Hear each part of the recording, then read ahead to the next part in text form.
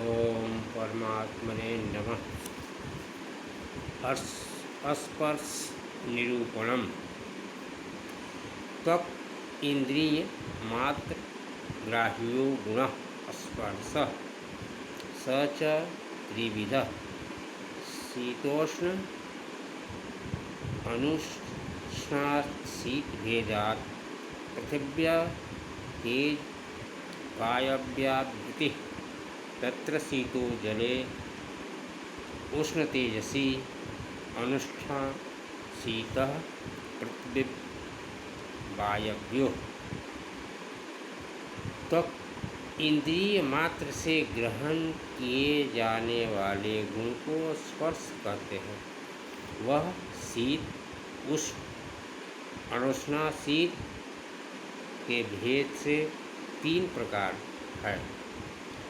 वह स्पर्श पृथ्वी जल तेज और वायु में रहता है। उसमें भी जल में केवल शीत स्पर्श, तेज में उष्ण स्पर्श और पृथ्वी में अनुष्ण शीत स्पर्श रहता है। 24 गुणों में स्पर्श चतुर्थ गुण है। अब उसका लक्षण बता रहे हैं। तत् इंद्रिय मात्र ग्राह्य। 5 इंद्रियों में त्वक ही एक है और वह सर्व शरीरवर्ती है। वह बात वायु निरूपण में यह बात बताई जा चुकी है।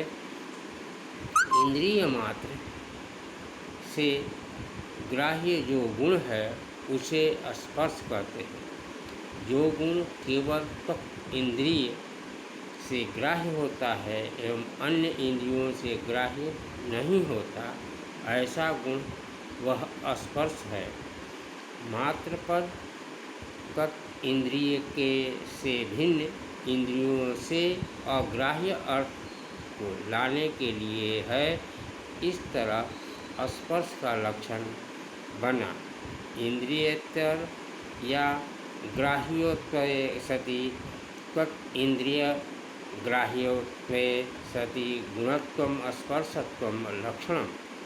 यह गर्म है, यह ठंडा है इत्यादि जो ज्ञान है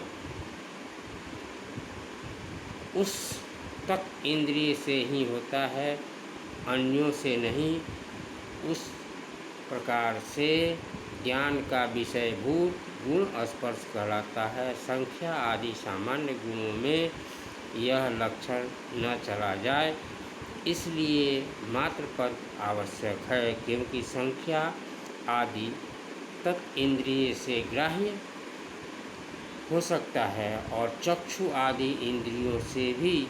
यदि इंद्रिय मात्र ग्राह्यो गुण स्पर्श है इतना ही लक्षण होता तो रूप आदि में अतिव्याप्ति होती, अथवा स्पर्श का लक्षण रूप आदि में भी घटित होने लगता।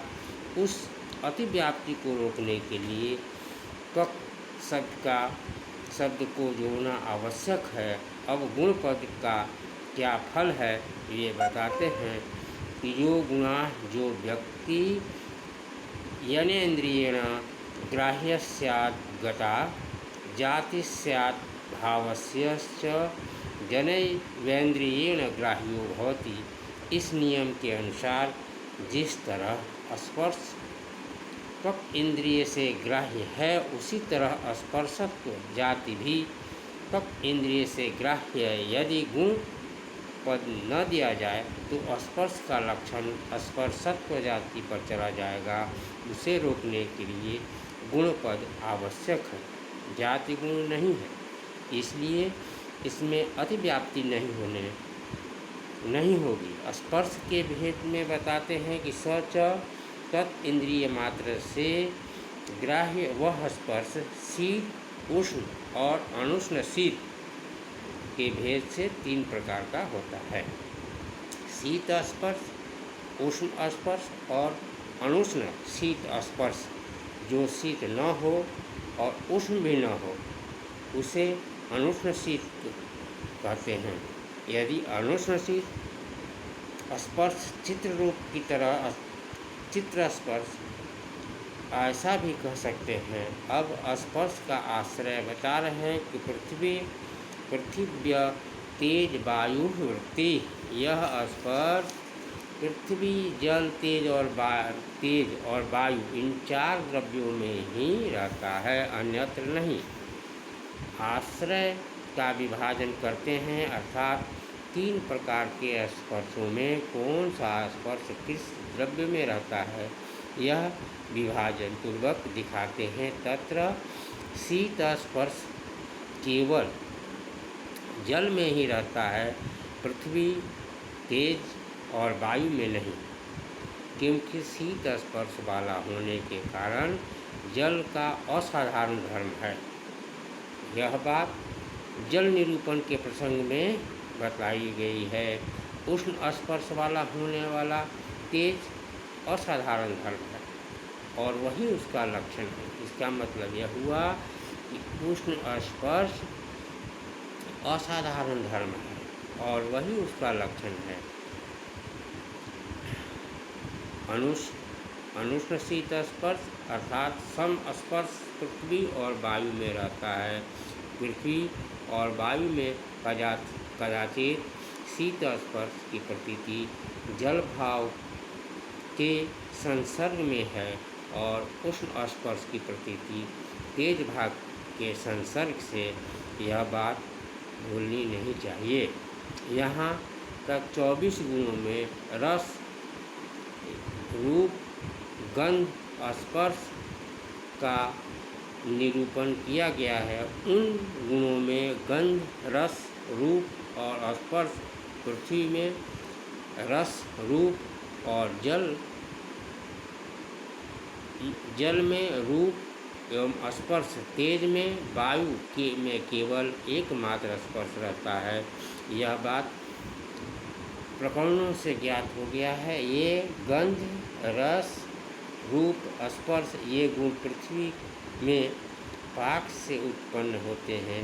विलक्षण तेज के संयोग को पाक कहते हैं। उन चारों गुण जल, तेज, वायु में पाक के कारण उत्पन्न नहीं होते और न ही उसका कोई भी परिणाम होता है। ये रूप, रस, गंध और स्पर्श नामक गुण जलादि परमाणु में नित्य होते हैं और अनित्य जलादि और पृथ्वी मात्र में अनित्य ही होते हैं। यह बात स्पष्ट हो गई है। इति